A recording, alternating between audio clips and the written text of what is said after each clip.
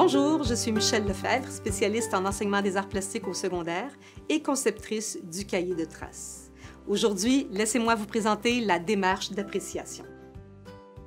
La démarche d'appréciation, c'est beaucoup plus qu'une appréciation. En modélisant la démarche d'appréciation avec les élèves, on peut initier un projet, on peut mettre en évidence une technique ou une connaissance. On peut parler de l'utilisation de l'espace ou de la signification du langage plastique dans la création. J'aimerais vous montrer deux pages qui sont essentielles, je pense, à la démarche d'appréciation dans le cahier de traces. Donc, la première page, c'est celle-ci, démarche d'appréciation artistique. On voit vraiment la démarche qui est décrite. On voit la première étape, l'analyse. Lorsque l'élève analyse, il décrit ce qu'il voit, il décrit ce que contient l'œuvre. De toutes les manières, on va le voir tantôt dans la fiche d'appréciation. À la deuxième étape, l'élève interprète. Lorsqu'il interprète, c'est vraiment la vision, c'est sa perception de l'œuvre, qui peut être complètement différente de la perception de l'artiste. Ce qui est important, c'est qu'il ait lui-même une lecture de l'œuvre lorsqu'il la regarde. Par la suite, on passe au jugement. Alors l'élève, il faut qu'il aille plus loin que de nous dire « j'aime » ou « j'aime pas ». Il doit justifier. Je dis souvent à mes élèves, je ne vous demande pas si vous voulez l'accrocher dans votre salon, cette œuvre-là. Ce que je vous demande, c'est qu'est-ce que tu penses de la manière dont l'artiste s'est pris pour exprimer ce qu'il voulait exprimer. Par la suite, l'élève doit rendre compte de son expérience d'appréciation. Il doit réfléchir à ce que cette expérience-là lui a apporté. Quelle est la lecture qu'il en fait. La deuxième page qu'on retrouve, c'est la fiche d'appréciation.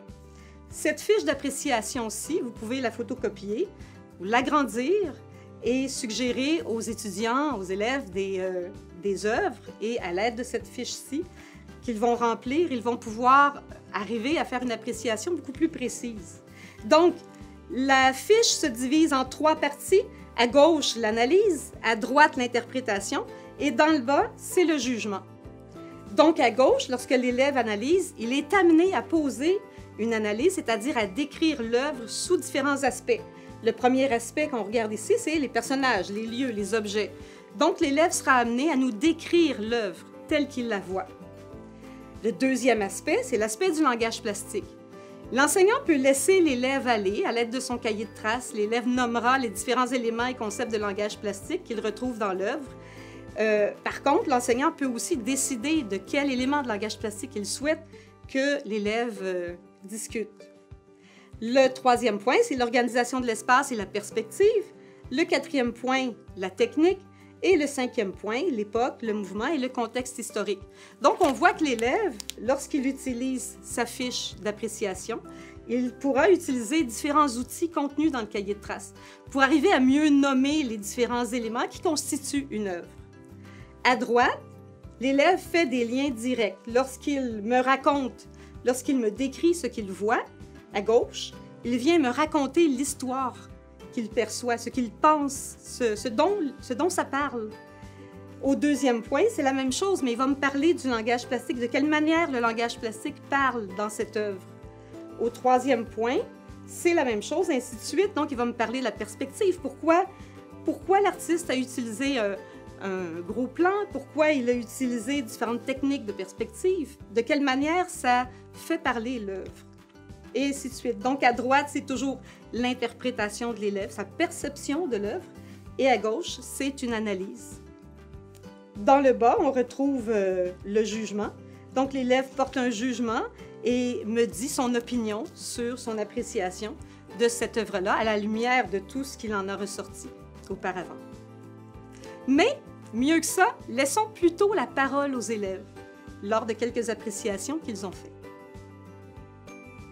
Voici mon interprétation de la Guernica.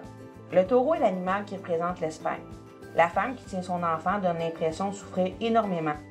Elle représente probablement la douleur ressentie lors de l'injuste tragédie de la Guernica. L'heure noire, lui, représente la mort, les nombreuses victimes du bombardement. La toile est très en désordre et les personnages sont tous disproportionnés, comme si le peintre voulait peindre la violence et l'injustice de la guerre. Picasso, je crois, a voulu dénoncer la violence gratuite et l'horreur d'un geste impardonnable ordonné par les nationalistes allemands. Voici mon analyse de l'enfant géopolitique observant la naissance de l'homme nouveau de Salvador Dali. Au premier plan, une femme nue et rachitique pointe à son enfant apeuré le deuxième plan qui contient un œuf, affichant les continents. L'Amérique du Nord est déchirée et un homme essaie d'en sortir. Du tissu blanc se trouve sous et au-dessus de l'œuf. Le troisième plan porte des montagnes éparses, des gens au loin et un paysage désertique. Le fond montre un ciel au crépuscule avec des nuages orageux.